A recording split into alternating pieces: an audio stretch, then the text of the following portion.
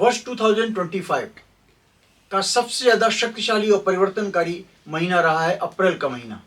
इस महीने में ग्रहों ने अपनी चाल बदली है, ग्रहों ने अपने राशि परिवर्तन किए हैं और इन राशि परिवर्तन की वजह से और ग्रहों की चाल के बदलने की वजह से मानव जीवन पर अलग अलग क्षेत्रों में अलग अलग तरह के प्रभाव देखने को मिले हैं। अप्रैल का महीना इस वर्ष 2025 का सर्वाधिक शक्तिशाली और परिवर्तनकारी महीना के रूप में जाना जाएगा। नमस्कार, मैं संत त्रिपाठी एक बार फिर से आपके नई वीडियो के साथ आपके सामने हाजिर हूँ। मेरे नई वीडियो का टॉपिक है अप्रैल में होने वाले ग्रहों के परिवर्तन और उनकी चाल में आने वाला परिवर्तन। जब भी ग्रह अपनी राशि बदलते हैं या अपनी चाल बदलते हैं तो मानवीय जीवन पर उसका बहुत ज़्यादा प्रभाव पड़ता है और इन्हीं परिवर्तनों की वजह से संपूर्ण समाज में अलग अलग व्यक्तियों पर अलग अलग प्रभाव देखने को मिले हैं। सबसे पहले अप्रैल में 7 तारीख को यानी 7 अप्रैल को बुध वक्री चाल से अपनी सामान्य चाल पर आ रहा है। कहने का मतलब है कि अब बुध वक्री न होकर मार्गी हो गया है। बुध के वक्री होने से बहुत सारे लोगों को कई तरह की परेशानी आ गई थी। कई लोगों को स्किन डिसीज का सामना करना पड़ा, कई लोगों को बोन हेल्थ में प्रॉब्लम्स हुई, कई लोगों को विशेष रूप से देखा जाए तो हार्ट में प्रॉब्लम हुई, कई लोगों की याददाश्त पर फर्क पड़ा। बुध का नियंत्रण होता है सेंट्रल नर्वस सिस्टम पर।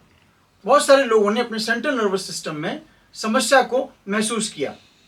बुध के मार्गी होने से आपके मानसिक स्तर पर काफी परिवर्तन आएंगे। काफी लोगों को स्किन डिसीज में आराम मिलेगा, कई लोगों को अपनी सेंट्रल नर्वस सिस्टम में होने वाली तकलीफों से आराम मिलेगा, कई लोगों की याददाश्त में जो फर्क आया था वो कम होगा, आप लोगों को अपने बिजनेस में भी आराम मिलेगा। लेकिन हाँ, अभी हम रेट्रोग्रेड से मुक्त हुए हैं, लेकिन रेट्रोसेट पीरियड में चल रहे हैं और यह पीरियड अभी आपको कुछ दिन तक परेशान करने वाला है। कहने का अर्थ है कि 27 अप्रैल तक आप थोड़े परेशान रहने वाले हैं। आपके फाइनेंशियल कंडीशन में थोड़ी सी प्रॉब्लम्स रहेंगी और हो सकता है कि आपको अपने कुछ डिसीजंस लेते समय समस्या का सामना करना पड़े, लेकिन फिर भी आप बुध के वक्री न रहने से काफी हद तक आराम महसूस करेंगे। 26 अप्रैल तक बुध के वक्री न रहने के बाद भी आपको अपनी कम्युनिकेशन में क्लैरिटी बनाकर रखना है। किसी भी निर्णय को जल्दबाजी से नहीं करना है। आपको अपने रिलेशनशिप में बहुत ध्यान रखना है। मित्रों को लेकर बहुत सावधानी बरतनी है और जो छिपे हुए शत्रु हैं उनको लेकर आपको जागरूक रहना है। 13 अप्रैल 2025 को शुक्र मार्गी हो रहे हैं। अभी तक शुक्र वक्री थे और उसके दुष्परिणाम अलग अलग व्यक्तियों पर अलग अलग देखने को मिल रहे थे।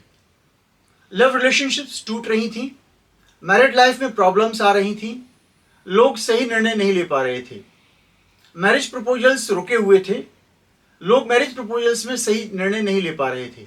कई घरों में अनबन चल रही थी, हस्बैंड वाइफ के बीच में बातचीत बंद थी, कई लोग तलाक तक लेने की सोच रहे थे और बहुत से तलाक हो भी गए। घर टूटे हैं, रिश्ते टूटे हैं, संबंध टूटे हैं और हाँ, कुछ नए रिश्ते भी बने हैं। पुराने प्रेमियों की वापसी भी हुई है, पुराने प्रेमियों से दोबारा से विवाह होने की संभावना भी बढ़ी है।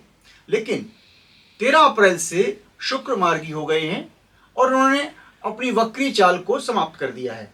शुक्र के मार्गी होने से लव रिलेशनशिप्स में एक नया सूरज उगेगा, संबंध और मधुर होने लगेंगे।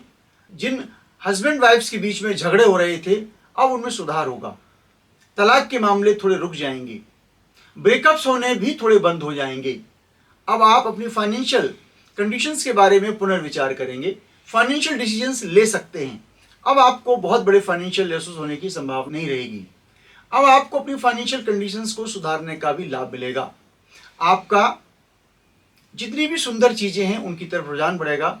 आपके अंदर रचनात्मकता की वृद्धि होगी। आप कहीं ना कहीं किसी न किसी क्षेत्र में रचनात्मकता का प्रदर्शन भी कर सकेंगे। शुक्र के वक्री न रहने से सबसे ज्यादा फायदा उन लोगों का होगा जो अपनी फाइनेंशियल कंडीशंस को ठीक नहीं कर पा रहे थे। चाहे लव रिलेशनशिप्स की बात हो, फाइनेंशियल कंडीशंस की बात हो, फाइनेंशियल डिसीजंस की बात हो, अब आप लोग बेहतर तरीके से कुछ कर पाएंगे। आपकी मानसिकता को और आपकी विचारधारा को एक नया रुख मिलेगा।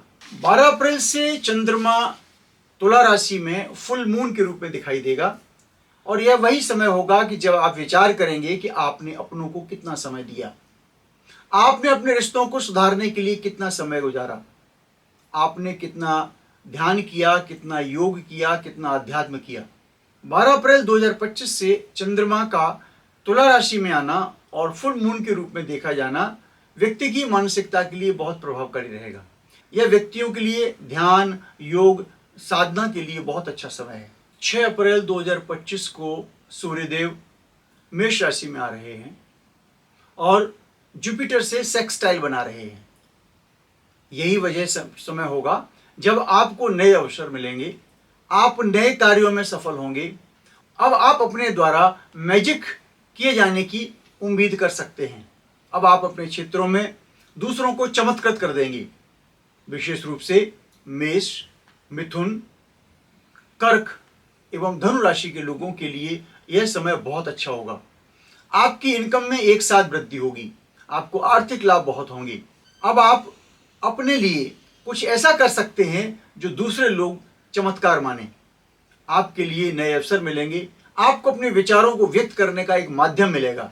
सूर्य आपके लिए बहुत शुभ होंगे और इस शुभ समय को आपको उपयोग करने के लिए पूरी तरह तैयार रहना चाहिए। 8 अप्रैल 2025 को मंगल सिंह राशि में प्रवेश करेंगे। मंगल का सिंह राशि में प्रवेश करना समाज में बहुत सारी राशि के लोगों के लिए चमत्कृत कर देने वाला लाभ होगा। यह आपके लिए मोटिवेटेड होने वाला समय होगा।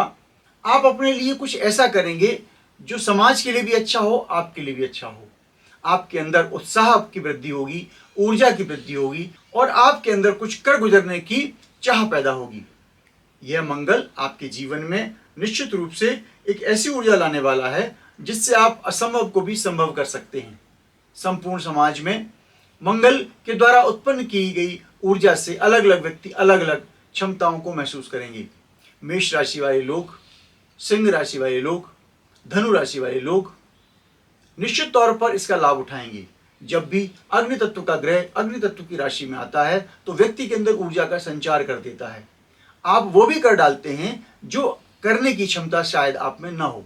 अप्रैल का महीना सभी लोगों के लिए एक परिवर्तनकारी रहेगा। इतने सारे ग्रहों का एक साथ अपनी चाल में और अपनी राशियों में परिवर्तन करना अचानक ही परिवर्तनकारी समय का संकेत दे रहा है। आप सभी लोगों को, चाहे वो किसी भी राशि के हों, इस परिवर्तनकारी समय को अपने लिए उपयुक्त बनाना होगा।